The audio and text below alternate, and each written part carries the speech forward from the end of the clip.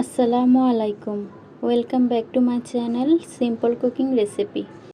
Simple cooking রেসিপিতে নতুন একটি রেসিপি দেখার জন্য সবাইকে স্বাগত জানাচ্ছি।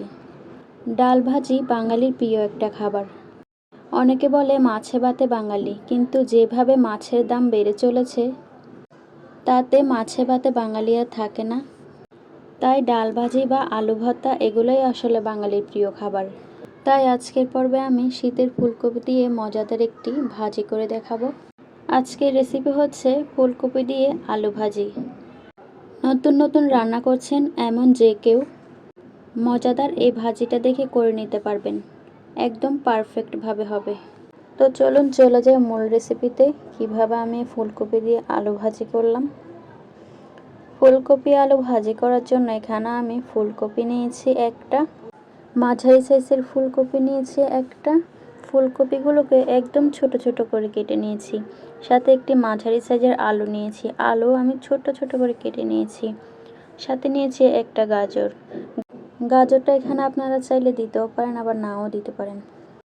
তো এখানে ফুলকপি আর আলু আমি কিভাবে কেটেছি সেটা তো আপনাদের দেখিয়ে দিলাম। ফুলকপি আলু আমি খুব ভালো করে পানি দিয়ে পরিষ্কার করে ধুয়ে নিয়েছি, সাথে গাজরও কেটে ধুয়ে নিয়েছি। এইবার চলে যায় মূল রেসিপিতে। ফুলকপি আলু ভাজি করার জন্য চুলায় একটি প্যান বসিয়ে দিয়েছিলাম। প্যানে দিয়েছিলাম সয়াবিন তেল।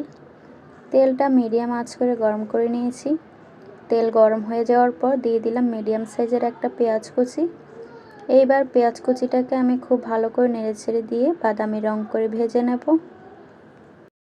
পেঁয়াজটা আমি নেড়েচেড়ে দিয়ে বাদামি রং করে ভেজে নিয়েছি। পেঁয়াজের রং যখন বাদামি কালার হয়ে আসবে এ পর্যায়ে আমি দিয়ে দিলাম 1 চামচ হলুদের গুঁড়া। হলুদের গুঁড়া দিয়ে আবারও খুব ভালো করে নেড়েচেড়ে দেব। একটু খুব ভালো করে নেড়েচেড়ে দিয়ে সামান্য পানি দিয়ে দিলাম। সামান্য পানি দেওয়ার পর দিয়ে দিলাম 1 চামচ ধনিয়ার গুঁড়া। ধনিয়ার গুঁড়ো দিয়ে আবারও খুব ভালো করে নেড়েচেড়ে দেব। দিয়ে দিলাম স্বাদ অনুযায়ী লবণ। লবণ দেওয়ার পর আর একটু সামান্য পানি দিয়ে দিলাম। পানি দিয়ে আবারও খুব ভালো করে নেড়েচেড়ে দেব মশলাটা খুব ভালো করে নেড়েচেড়ে দেওয়ার পর কয়েকটা গোটা কাঁচামরিচ দিয়ে দিলাম, 4 থেকে 5টা। কাঁচামরিচ দেওয়ার পর আবারও খুব ভালো করে নেড়েচেড়ে দিয়ে মশলাটা বেশ কিছুক্ষণ কষিয়ে নেব। মশলাটা আমার খুব ভালো করে কষানো হয়ে গেছে। এই পর্যায়ে আমি ফুলকপি আলুগুলো দিয়ে দিলাম। ফুলকপি আলু আমি হালকা করে সিদ্ধ করে নিয়েছি, এতে করে ফুলকপির ভিতর পোকা থাকলে বের হয়ে যাবে। একটু হালকা করে সিদ্ধ করে নিলে ভালো। ফুলকপি আলু দেওয়া হয়ে গেলে খুব ভালো করে নেড়েচেড়ে দেব। ফুলকপি আলু খুব ভালো করে নেড়েচেড়ে ঢাকনা দিয়ে ঢেকে দেব। কিছুক্ষণ পর ঢাকনা খুলে টমেটো কুচি দিয়ে দিলাম। এখানে আমি একটা টমেটো কুচি দিয়েছি। টমেটো কুচি দিয়ে আবারও খুব ভালো করে নেড়েচেড়ে দেব। খুব ভালো করে নেড়েচেড়ে দিয়ে ঢাকনা দিয়ে ঢেকে দেব আবারও। কিছুক্ষণ পর পর ঢাকনা খুলে আমি একবার করে খুব ভালো করে নেড়েচেড়ে দেব। অফ ক্যামেরায় আমি ঢাকনা খুলে কয়েকবার নেড়েচেড়ে দিয়েছি। এইভাবে ঢাকনাটা খুলে কয়েকবার নেড়েচেড়ে দিয়ে ভাজিটা করে নিতে হবে।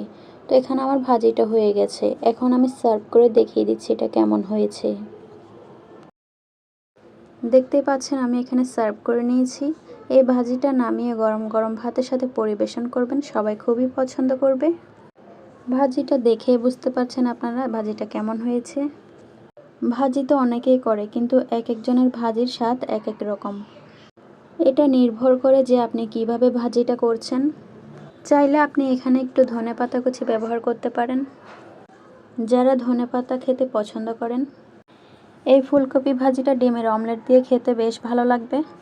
সাথে যদি ডাল হয় তাহলে তার কোনো কথাই নেই। ডাল ভাজি ডিম আসলে সত্যি গরম ভাতের সাথে খেতে অসাধারণ লাগে। আমার এই রেসিপি ফলো করে বাড়িতে ট্রাই করতে পারেন। এইভাবে ফুলকপি দিয়ে আলু ভাজি ট্রাই করে আমাকে কমেন্ট করে জানাতে পারেন যে আসলে কেমন হয়েছে। এরকম আরও নিত্য নতুন রেসিপি পেতে আমার চ্যানেলটার সাথেই থাকুন। দেখা হচ্ছে পরবর্তী কোনো রেসিপিতে। এই পর্যন্ত সবাই ভালো থাকুন, সুস্থ থাকুন। সবার সুস্থতা কামনা করছি। আল্লাহ হাফেজ।